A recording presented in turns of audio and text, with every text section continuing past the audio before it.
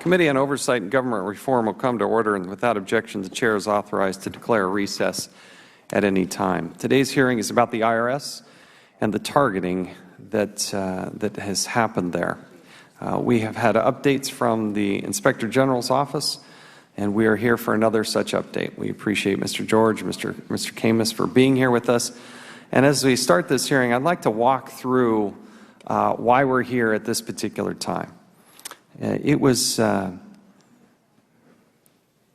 targeting of people who were trying to exercise their First Amendment rights.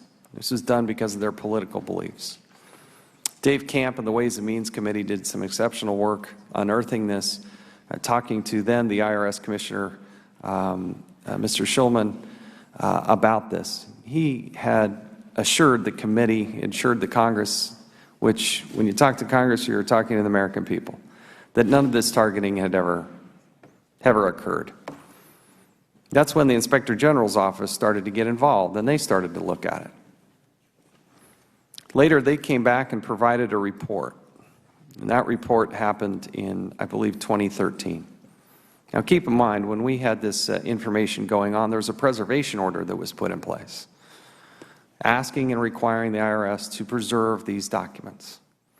Chairman Issa, then the chairman of the Oversight and Government Reform Committee in August of 2013, issued a subpoena asking for this information in these documents. But then you move forward, and this is where it just sort of starts to get unbelievable. It stretches the imagination beyond comparison. And we're supposed to believe this wide array of facts just happen to come together in such an odd and peculiar way. Again, remember, the IRS Commissioner said, quote, "There's absolutely no targeting," end quote. Now, when this first came to light, the President was actually very good on this topic. He said that he would work with Congress, and then somehow magically concluded, even though the Department of Justice had not completed their investigation, the Inspector General had not concluded their investigation, the United States Congress had not concluded an investigation, either in the House or the Senate, but somehow magically the President came to the conclusion that there was, quote, not even a, quote, smidgen of corruption. Now, interesting thing about that timing, that happened to be Super Bowl Sunday. So Super Bowl Sunday in 2014, the President makes this comment. We have heard from an IRS official where she said, "That's the exact same day that I remember looking and realizing that there were some emails missing." So this thing's going on for years. It's just coincidental that the President's on national television and she says and has told us that, oops, there's some emails missing. Again, remember, for 10 months there was a preservation order in place. For 7 months there was a subpoena in place. We have been assured multiple times by the IRS that they were doing everything, bending over backwards, giving us all kinds of stats and metrics about how many emails and how many people were working hard on this. But the one thing we wanted to have, evidence, to let the facts take us wherever they may be, that one thing just went missing the exact same time, say just within hours of the President making that comment. But what we're going to hear today makes it even more stunning, because what the Inspector General has evidently learned is that that evidence on that day that the President said that, on the day that the Inspector General, or the day that the IRS person said there were missing emails, they weren't missing at that point. They weren't destroyed.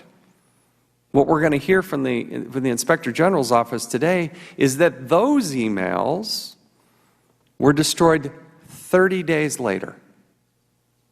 February 4th, Super Bowl Sunday, or the second Super Bowl Sunday, pardon me. They're missing, but they weren't missing. They got destroyed just about 30 days later.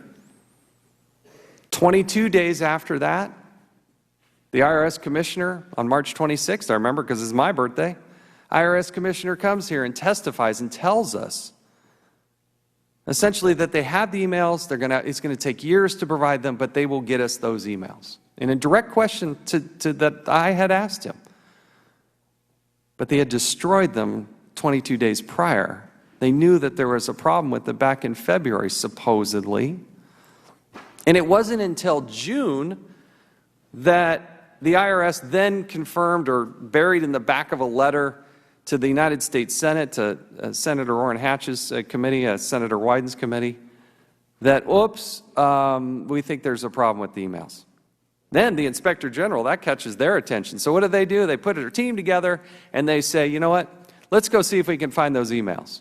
Because remember, at this point, the IRS has had years to do it and they couldn't find them. They think there's a problem. The Inspector General's office puts a team together, and within about 2 weeks, they go and find them. They show up at this so-called cage and go ask and go look for these emails. Nope, they've been sitting there the whole time.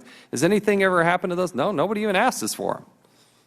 That's the testimony we heard in a previous hearing. And we're supposed to believe all this in the context of an FBI investigation that's led by a max-out donor to the Obama administration, a contempt from Lois Lerner. The House of Representatives, in a very unprecedented, it doesn't happen very often around here, holds Lois Lerner in contempt. A statute that says they shall refer that to the grand jury. The U.S. Attorney for the District of Columbia looks at that for 10 months and 2 days or so, roughly, before Mr. Mason steps away from that job, says, you know what, we just think it shouldn't be referred. Even though the statute says it shall, and that is a potential hearing and maybe something that we will look at it later. But part of what we're going to find today is that there are some 24,000 emails, potential emails, that were destroyed. It's a destruction of evidence. We want to pursue the facts. I know there are Democrats on the other side of the line that say, on the other side of the aisle, say, hey, there's nothing here, let's move on, it's no big deal. Let the evidence speak. But when there's a destruction of evidence, that goes to a whole nother level. One of the things we're going to hear from the Inspector General today is that 5 of the 6 sources where they could find this email, the IRS didn't even look. And yet we have heard multiple testimonies from the IRS Commissioner saying, oh, we're working so hard, we got all these people, we're spending millions of dollars, it's taking all these resources. They didn't even look in the most obvious places, like her phone. It just, you add this all in combination, it just defies any sense of logic. It gets to the point where it truly gets to be unbelievable. Somebody has to be held accountable. Imagine if this was all reversed, right? Imagine if you were on the receiving end of an inquiry from the IRS, and they asked you for documents, and they issued you a subpoena, and you destroyed the evidence, and you had that evidence. What would happen to you? You would be prosecuted to the fullest. You'd end up in jail. You probably should. That's what we're dealing with here. This should have been disposed of a long time ago. But we have been misled. There has been evidence that has been destroyed. And so we appreciate this hearing today. These 2 men who are here before us have done some exceptional work. They're supported by a great number of people on their staff who do very important, impartial work. And we count on their opinions. Let me be fair in this conclusion. Part of what they're going to say today is they have found no evidence that this was done willfully, that this was some purposeful direction from any one person, whether it be the White House or below. Understood.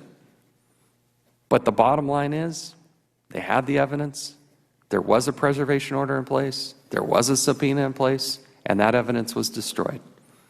So we're going to hear this testimony. My understanding is next week they're going to issue a rather lengthy report. We look forward to seeing that report. Given that next week is the 4th of July recess, we thought it appropriate to bring them before us here to get their verbal comments and opportunity to question them.